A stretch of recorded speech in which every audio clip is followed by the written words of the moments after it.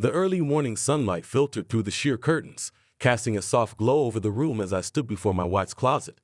The sight of her neatly arranged clothes, once a familiar comfort, now felt like a cruel reminder of her absence. With a heavy heart, I reached for the first hanger, lifting out a blouse that Sophia had loved to wear on summer evenings. The delicate fabric slipped through my fingers, the memories it held threatening to overwhelm me. What are we going to do with all of this? My sister's voice broke the silence, her tone tinged with sadness as she joined me by the closet. I sighed, running a hand through my hair as I tried to push back the flood of emotions threatening to consume me. Some of it will go to Goodwill, some to the yard sale, but there are things I want to keep, things that remind me of her.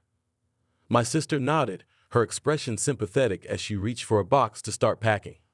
I understand. Just take your time, okay? We'll get through this together. But as I watched her carefully fold each item of clothing, the reality of Sophia's absence settled over me like a heavy blanket. And as I emptied out her closet, it felt like I was saying goodbye to a part of myself, one memory at a time. As I sat amidst Sophia's belongings, memories of our life together flooded my mind like a torrential downpour. Each item held a story, a precious fragment of the love we had shared. I picked up a framed photograph from the bedside table, our smiles frozen in time, a snapshot of happier days. "Do you remember this?"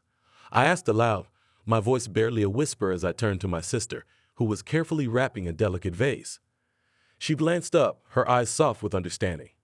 "Of course, that was from your anniversary trip to the beach, right?" I nodded, a bittersweet smile tugging at the corners of my lips. "Yeah. It was one of the best weekends of our lives." I traced a finger over the glass, feeling the warmth of Sophia's laughter echoing in the room. My sister reached out, squeezing my hand in silent support. "She loved you so much, you know. It's clear in every memory, every moment you shared." Tears welled up in my eyes as I nodded, the weight of grief and gratitude pressing down on my chest. "I know. And I loved her just as much." I took a deep breath, trying to hold on to the fleeting fragments of happiness that lingered in the air. But as the memories washed over me, I couldn't help but wonder if love alone was enough to heal the wounds that now lay between us. Tensions simmered in the air as my sister and my mother-in-law squared off over the fate of Sophia's belongings. What had started as a simple task of sorting through her things had quickly escalated into a battle of wills, each woman determined to stake her claim. I watched as my sister eyed Sophia's jewelry with a covetous gleam in her eye, her fingers itching to snatch up the most valuable pieces.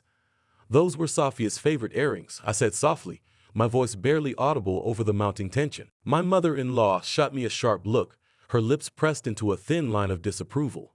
"They should go to me," she declared, her tone leaving no room for argument.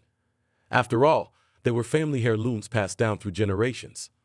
I felt the surge of frustration bubbling up inside me as I tried to navigate the minefield of emotions that threatened to explode at any moment. But Sophia would want me to have them, I insisted, my voice trembling with the weight of my grief. The two women turned to face me, their expressions a mix of anger and disbelief. "You have no right to speak for her," my mother-in-law snapped, her voice dripping with venom. "You lost that privilege the moment she died." I bit back a retort, the sting of her words cutting deep into my wounded heart. But as I looked around at the wreckage of our family, I couldn't help but wonder if there would ever be a way to bridge the divide that now separated us. The weight of accusation hung heavy in the air as I faced the hostile gaze of my wife's family. They saw me as the villain in their tragic tale, the one responsible for the pain and suffering that had torn their world apart. "I loved her, you know," I said, my voice barely above a whisper as I tried to make them understand. I would never have hurt her intentionally. But my words fell on deaf ears, drowned out by the storm of anger and resentment that surrounded us. "You killed her," my mother-in-law spat, her eyes blazing with fury. "You drove her to her grave with your lies and your deceit." I felt the surge of frustration rising within me as I struggled to defend myself against their accusations. "That's not true," I protested, my voice trembling with the weight of my grief. "I would have done anything to save her, to keep her safe." But as I looked into the eyes of my wife's family, I saw only hatred and blame reflected back at me. And in that moment, I couldn't help but wonder if their anger would ever fade, if there would ever be a way to heal the wounds that now divided us. The cemetery stretched out before me, a sea of marble markers standing silent sentinel over the final resting places of the departed. I stood before Sophia's grave, the cold stone marker a stark reminder of all that I had lost. "I'm sorry," I whispered, my voice barely audible over the gentle rustle of leaves in the breeze. "I'm so sorry for everything." Tears welled up in my eyes as I traced the letters of her name etched into the stone, each stroke a painful reminder of the love we had shared. "I never meant for any of this to happen," I confessed, my voice choked with emotion. "I never wanted to hurt you." But as I looked down at the ground beneath my feet, I couldn't shake the feeling that somehow, somewhere, Sophia was watching over me. And in that moment, I made a silent vow to honor her memory, to live a life worthy of the love we had once shared. "I'll miss you," I whispered, my words carried away on the wind.